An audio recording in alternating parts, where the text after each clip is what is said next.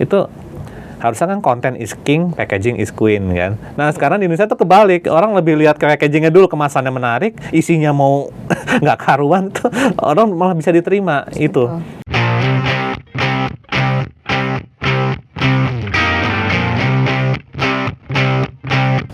Hai Sobat Art, kembali lagi tapi kali ini di Next Talk ya, dengan saya Ica, PR dan Markom dari nextart.id. Masih menyambung video yang sebelumnya, masih dengan Arsya Band dengan Mas Budi. Hai. Nah, kali ini kita ngobrol-ngobrolnya santai nih Mas. Iya. Jadi kalau yang sebelumnya kan cerita cerita seluk-beluknya tentang Arsya. Iya. Kali ini kita mau ngobrolin single terbarunya Mas Arsya, yang judulnya Kelam ya. Oh Kelam, oke. Oke. Nah, aku pengen tahu nih, Kelam ini awal mula prosesnya tuh dari awal sampai yang terakhir itu gimana sih Mas? Jadi yang nulis lagunya siapa? yang nulis lagunya tuh vokalisnya Arsya, Kiki ya. Dia tuh metodenya dia tuh bikin lagu pakai gitar akustik. Dia bikin, terus direkam lirik, dia tulis liriknya juga. Jadi itu sebenarnya udah prepare lagunya tuh end to end ya, full songnya. Datang ke kita, kemudian ini udah lagu nih judul Kelam. Nah biasanya kita tanya ini maksudnya apa? Ya biasanya kalau dia tuh kecenderungannya tuh ya antara kasih tak sampai. Tapi kalau Kelam ini nih kayaknya kayak kasih tak sampai tapi benar-benar bikin membuat dia jadi kayak depresi gitu. Jadi lebih ekstra, sedih banget gitu iya, ya. berdampak yang parah kayak gitu. Nah itu sih kurang lebih sih begitu. Intinya kasih tak sampai juga gitu. Kasih tak sampai. Seneng banget dengan kasih tak sampai. Nggak tahu ya. Padahal family man loh, bener. Bertolak belakang sama lagunya. Ada apa ini? Bercanda. Jadi proses lagu ini berapa lama tuh dari pertama gonceng-gonceng gitar gitu ya? Gitar itu paling, nah kalau ini sebulan nih. Ini sebulan. Jadi ya 2 bulan lah ya, paling nggak nyampe 2 bulan plus, lebih nggak nyampe 2 bulan, tapi sih 1 bulan lebih lah. Jadi kita rekamin, nah ini benar-benar full home recording nih. Yang direkam di studio cuman hanya drum sama vokal. Terkait jadi karena kita kan ada masalah kalau home recording kan masalah ini ruangan ya. Ruangan. Kalau drum pasti nggak bisa. Kalau vokal apalagi kan. Nah, udah itu aja. Gitar, bass sama keyboard itu di rumah, di studio home recording lah. Karena kita efisiensi shift juga, sama kita bebas kan, jadi kalau gitar nggak enak nih diedit, ya udah sana diedit. Nah Kelam ini memang buat video klip juga Mas? Saat ini belum, karena kita baru, jadi lagu Lembayung sama The Benjinga sama Kelam ini belum ada musik videonya. Rencananya sih akan dibikin, tapi kita belum tahu kapan, karena kita masih menunggu schedule teman-teman pada available juga sih. Dan ini kebetulan mungkin nih udah Q4 ya, udah menjelang akhir tahun. Dan kalau kantor itu kan pasti udah mau akhir tahun, pasti udah siap di performance dikejar kan, jadi mereka benar-benar sibuk banget. Nah itu, jadi ya ini untuk musik video agak telat ya. Udah, penting singlenya keluar dulu deh. Dan ini audio lagunya rilis dulu. Sebenarnya lagu Kelam ini apa sih Mas yang spesial selain tadi ceritanya ya kasih tak sampai, terus ceritanya tuh kayak sedih banget gitu. Iya. Maksudnya dari segi lagu, entah itu dari melodi atau dari apa sih yang bikin lagu ini tuh spesial gitu? Aransemennya sih, ini termasuk lagu pertama ya dari Arsya yang benar-benar full semua masing-masing terlibat di aransemennya full, dan nanti semua kreativitasnya nih. Contoh kayak waktu itu kalau lagu-lagu sebelumnya kan udah jadi, kita ngikutin misal lagunya guide-nya itu udah pelan, ya udah kita pelan. Kalau ini benar dirubah strukturnya. Jadi maksudnya yang dibikin tadinya kita pakai gitar, jadi pakai piano di depan. Jadi sisi aransemen musiknya itu kita merasa ini lebih kita udah lebih progres ya dibanding kita mungkin udah kenal satu sama lain, chemistry-nya udah makin lengkap, udah tahu cara berpikirnya nih, ini cocoknya pakai piano nih depannya. Nah, lagu itu pakai piano. Nah, pas kita lagi workshop lagu ini, lagi latihan lagu ini sebelum rekaman, pas ini kok lagunya kok pakai piano aja, ini kayaknya bosen nih, gini aja nih, ini harus dibikin kayak finale nih, biar epic ya, biar ada klimaksnya. Akhirnya dibikin tuh sama Dedi tuh, sama keyboardis yang Arsya. Nih kita bikin aja nih buat ending nih, dibikin ya kayak agak-agak progresif rock dikit lah, jadi bikin temponya dibikin naik kan, supaya jadi membawa membawa nuansa kelamnya, supaya jadi namanya kelam kan pasti putus asa sampai tapi sampai jadi vokalisnya itu dari sisi vokal mengekspresikan, jadi dia teriak gitu, benar-benar merasa putus asa gitu. Nah, disupportnya dengan itu.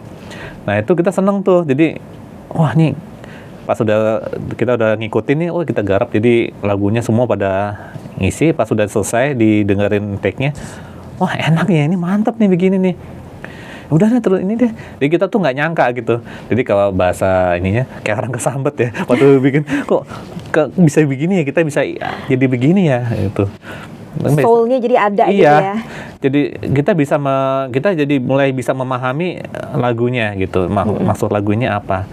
Nah, jadi itu juga sih, jadi mungkin karena kita progres ya, itu namanya ya, proses pendewasaan dari bandnya udah. Jadi pas berangkat kita tuh mengisi lagu tuh harus dari liriknya harus paham dulu nih maksudnya apa. Iya, betul.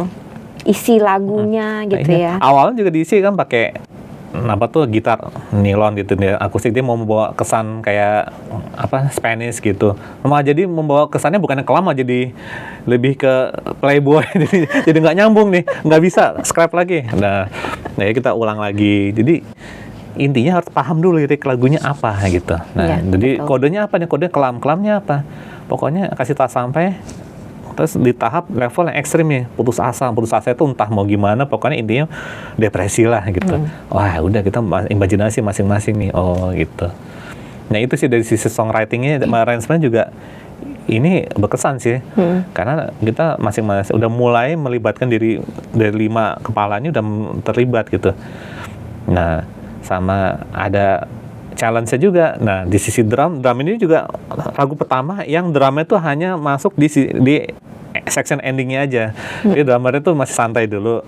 Nah pas lagi terakhir, pas lagi final klimaksnya, baru drumnya masuk di 1 menit terakhir gitu kan.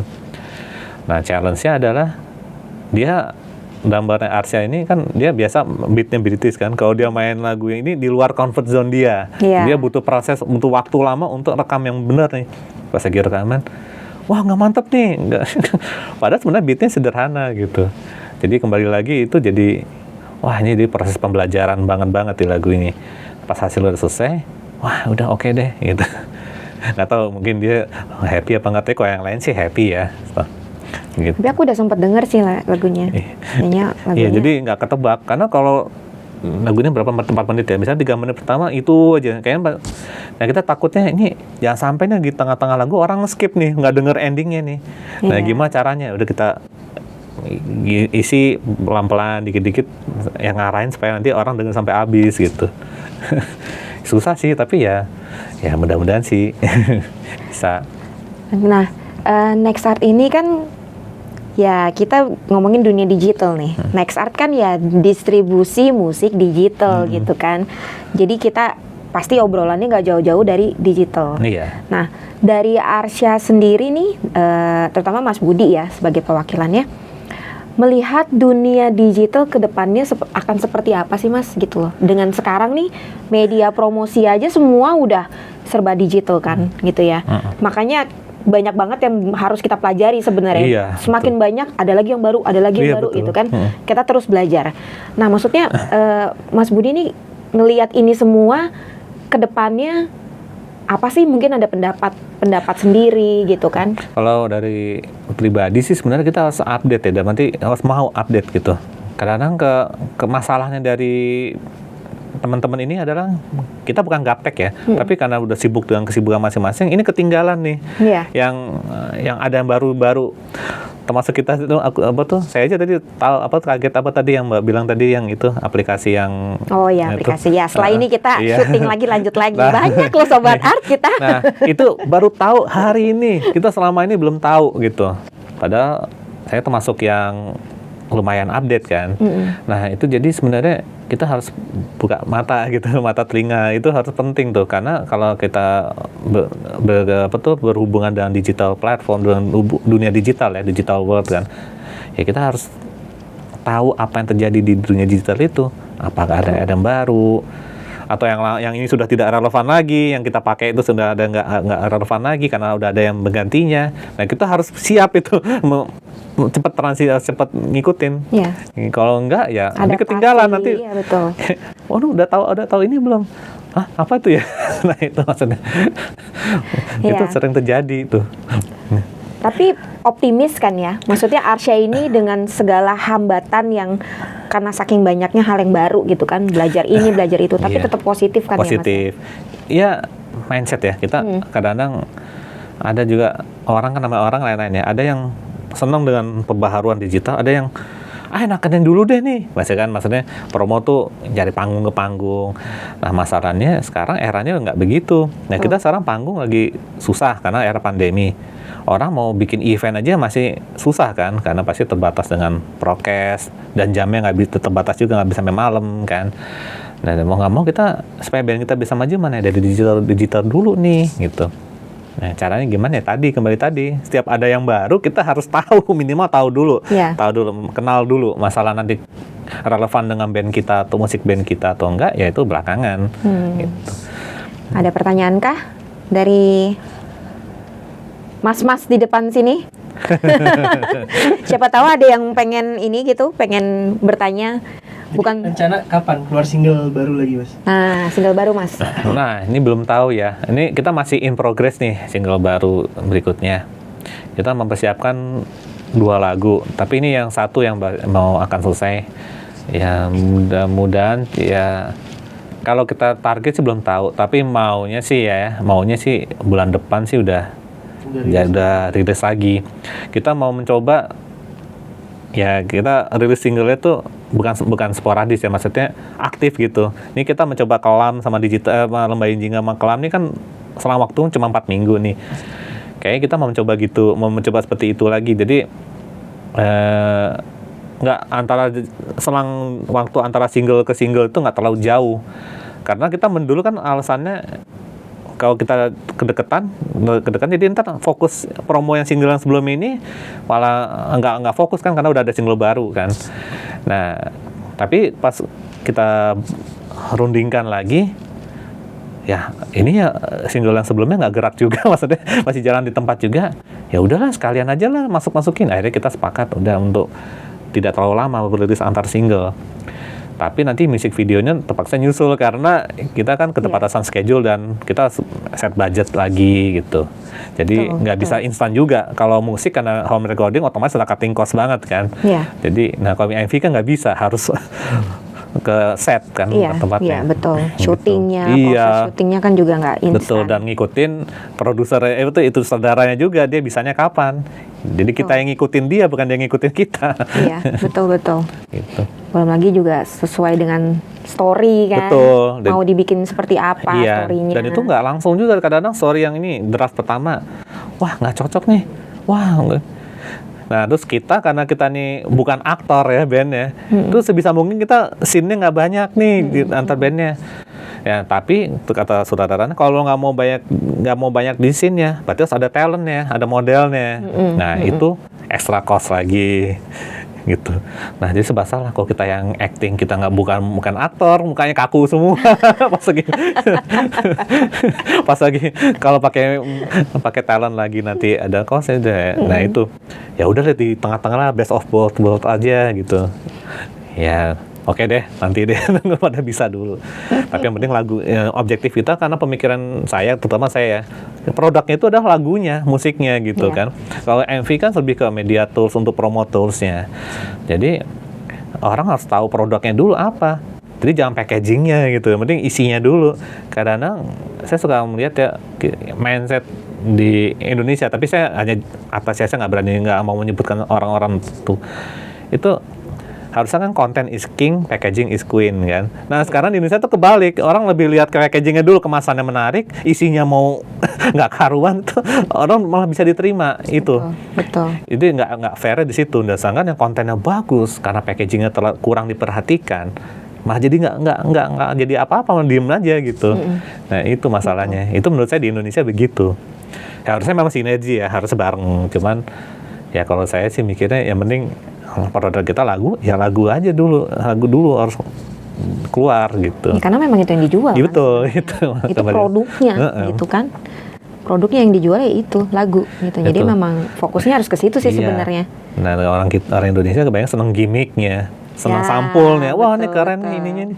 Video klipnya gini lucu nih. Kalau video klip yang nggak menarik, di skip, nggak dilihat lagi. Boro-boro dengan lagunya di Spotify, di YouTube aja nggak selesai nontonnya. Itu. Ada lagi pertanyaan? Oke.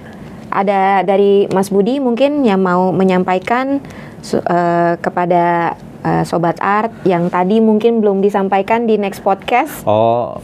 Ada pesan lain ya mungkin? Paling tadi kan ini kalau buat artis-artis atau calon artis yang masih bingung atau masih galau nih untuk merilis karyanya, ya kalau menurut saya sih udah maju terus, jangan mundur. Maksudnya kita tuh dalam teknologi udah maju banget ini, itu udah nggak ada alasan lagi untuk kita bingung lagi kan mikirin untuk membuat karya kita didengar orang. Sekarang toolsnya banyak banget dan dengan biaya yang minimal juga sebenarnya sih. Bahkan ada yang platform yang gratis juga dengan audiens terbatas memang, tapi setidaknya itu ada gitu. Sebenarnya harus pinter-pinter kita untuk belajar juga sih. Kembali ke perkara niat gitu. Kalau kita niat, ada kok jalannya. Betul. Ya mungkin jalannya berliku-liku, tapi ya tidaknya ada jalannya, nggak yang sama sekali kita nggak bisa nyebrang juga. Iya. Gitu. Betul. Oke, segitu dulu bincang-bincang kita di Next Talk. Karena setelah ini kita akan lanjut lagi. Sobat Art bingungnya apa sih Next Art banyak amat? Ya memang Next Art programnya kita banyak gitu. Iya. Setelah ini kita akan ada live lagi. Baik. Gitu. Dan Mas Budi ini sebagai perwakilan Arsya tetap Next Art undang. Jadi Sobat Art di luar sana yang kalau kalian masih bingung mau distribusi musiknya kemana, boleh, monggo. Bisa konsultasi dulu ke Next Art untuk cari tahu lebih dalam ya. Kalau cocok bisa ke kita, kalau nggak cocok juga nggak apa-apa. Kita open untuk konsultasi kok.